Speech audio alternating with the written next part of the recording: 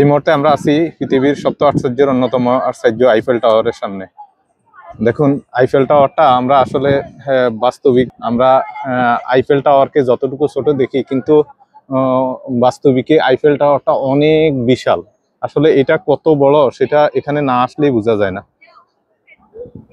আর এখানে এই ফ্রান্সে যারা আসে তারা অন্তত পক্ষে সবাই এই আইফেল টাওয়ারে আসে। এখানে এই আইফেল টাওয়ারেই হলো ফ্রান্সে লোকজনের অন্যতম পর্যটন স্পট।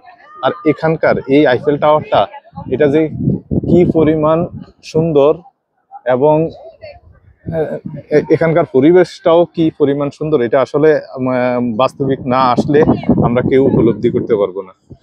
আর এই জায়গাটা এখন মনে হচ্ছে যে মানুষের একটা বিনোদনের একটা অন্যতম জায়গা। সমস্ত পর্যটনরা এখানে আসে এবং তারা উল্লাস করতেছে যে যার মতো করে। আমি এখানে একা আসি নাই, আমার ফ্যামিলির লোকজন সহ আছি।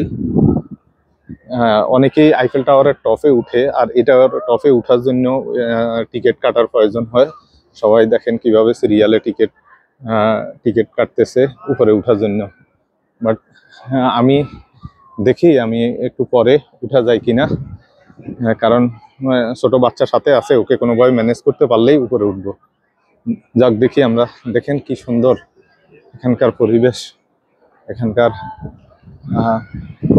চারপাশ কি পরিষ্কার পরিচ্ছন্ন। আপনার আসলেই ভালো লাগবে এই আইফেল টাওয়ার। আমরা এখন এক্সাক্ট আইফেল টাওয়ারে একেবারে নিচে আছি। দেখুন, এবং এই আইফেল টাওয়ারের চারপাশে ছোট ছোট লেক আছে। লেকগুলো দেখতে অনেক সুন্দর।